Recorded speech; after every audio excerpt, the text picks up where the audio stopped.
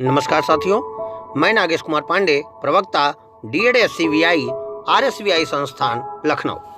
साथियों, आज हम लोग टेलर फ्रेम पर भाग करना सीखेंगे। जैसा पूर्व में हम लोग टेलर फ्रेम पर प्लस, माइनस और गुणा तक सीख चुके हैं। आज हम लोग भाग करने की बात देखते हैं। Division on tailor frame. सबसे पहले भाग की प्रक्रिया को समझते हैं। गुणा करने की प्रक्रिया के विरुद्ध प्रक्रिया को भाग डिवीजन कहा जाता है। जब किसी संख्या अथवा अंक में किसी संख्या अथवा अंक को एक से अधिक बार घटाया जाता है तो उसे भाग कहते हैं। संख्या अथवा अंक को जितनी बार घटाया जाता है उतनी ही बार भाग देना होता है। भाग को प्रदर्शित चिन्ह से उल्लेखित करते हैं। जोड़, घटाव और गुणा करने की प्रक्रिया जहां इकाई से शुरू होती है, वहीं भाग करना इसके विपरीत संख्या के बाईं तरफ के अंक से शुरू किया जाता है। जिस संख्या को भाग करना है या भाग किया जाना है को भाज्य डिवाइडेंट संख्या तथा जिस संख्या से भाग किया जाना है को भाजक डिवाइजर संख्या कहते हैं। जितनी बार भाग किया जाना है को भागफल क्वांटेंट और जो संख्या भाग करने के बाद शेष बचती है उसको शेषफल रिमाइंडर कहा जाता है।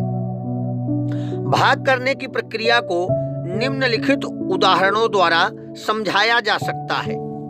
आप लोगों के सामने उदाहरण स्वरूप एक चित्र दिखाई दे रहा है जिसमें 9 में 5 का भाग देना है। एक अंकीय भाग पहले आप लोगों को दिखाया जा रहा है और इसकी प्रक्रिया क्या है वो मैं आपको बताता हूँ। प्रस्तुत उदाहरण में 9 को 5 से भाग किया जाना है, इसलिए 9 भाज्य है और 5 भाजक। सर्वप्रथम 9 को भाग करने के लिए 5 का पहाड़ा एक बार पढ़ेंगे, इसलिए भागफल जो कि भाज्य संख्या के दाईं ओर एक छिद्र छोड़कर लिखा जाता है में 1 लिखेंगे। 5 का पहाड़ा एक बार पढ़ने पर 5 प्राप्त होता है।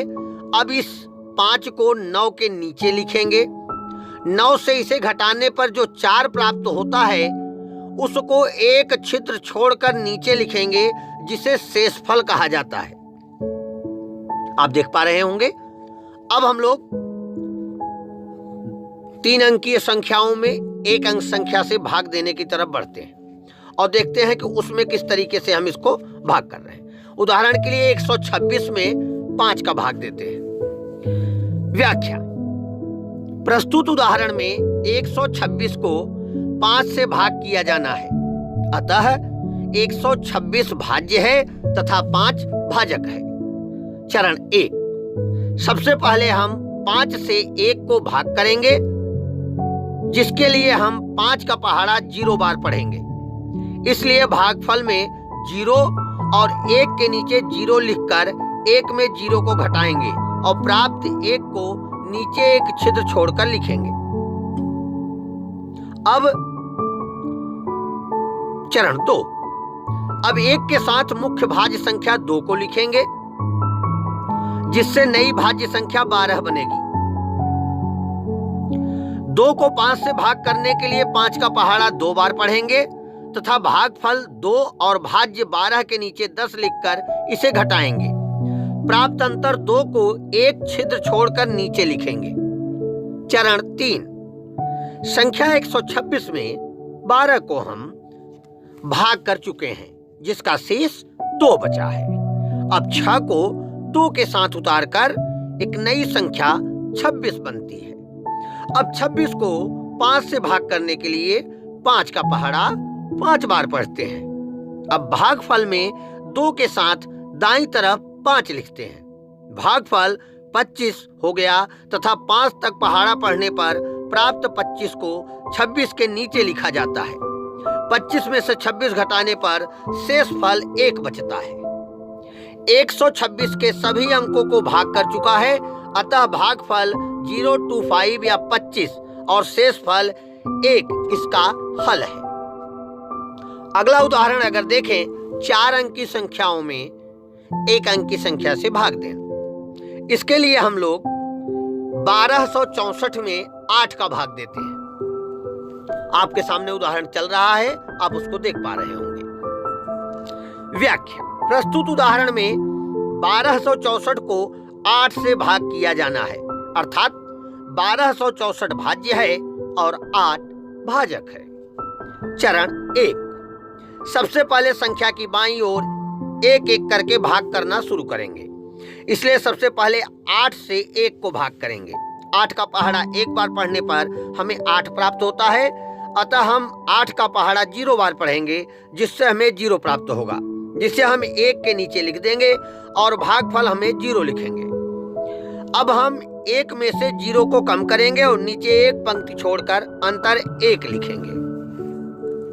अब संख्या में चरण 2: अब संख्या में बारी है 2 को भाग करने की, अतः 2 नीचे शेषफल 1 के साथ उतरेगा और नई भाज्य संख्या 12 बनेगी। 12 के लिए हम 8 का पहाड़ा 1 बार पढ़ेंगे।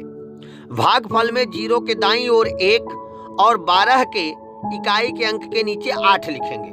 12 में से 8 कम करने पर 4 प्राप्त होता है, जिसे नीचे एक पंक्ति छोड़कर लिखेंगे। चरण 3: अब 4 के दाईं ओर अपने से ठीक नीचे 6 उतरेगा और नई संख्या बनेगी 46, जिसे भाग करने के लिए 8 का पहाड़ा 5 बार पढ़ा जाएगा। अतः भागफल में 1 के दाईं ओर 5 आएगा और 46 के नीचे 40 लिखा जाएगा। अब 46 में से 40 घटाएंगे तो एक पंक्ति छोड़कर नीचे अंतर 6 लिखेंगे। चरण 4: अगले चरण में 6 के साथ अगला अंक 4 उतरेगा तो नई संख्या 64 प्राप्त होगी, जिसे भाग किया जाना है। 64 को भाग करने के लिए 8 का पहाड़ा 8 बार पढ़ेंगे। भागफल में 5 के दाईं ओर 8 और नीचे 64 के नीचे 64 आएगा, जिसे घटाने पर शेषफल 0 प्राप्त होगा। अतः हम कह सकते हैं कि 1264 एक ऐसी संख्या है जो 8 से पूर्णतः विभाजित है, जिसका हल भागफल के रूप में 158 प्राप्त होता है। नोट: भाग के सवालों की जांच करने के लिए भाजक को भागफल से गुणा करके शेषफल को उसमें जोड़ने पर यदि भाज्य संख्या प्राप्त होती है तो हल किया हुआ सवाल सही होता है। आशा है आप इस प्रक्रिया को टेलर फ्रेम पर दोहराएंगे। दिए गए चित्रों को देख करके आप अभ्यास करेंगे और अभ्यास के द्वारा 1 अंकीय संख्या का भाग, 2 अंकीय संख्या का भाग अथवा 1 से अधिक अंकीय संख्या के भाग क्रमों को सीख पाएंगे, समझ पाएंगे। धन्यवाद।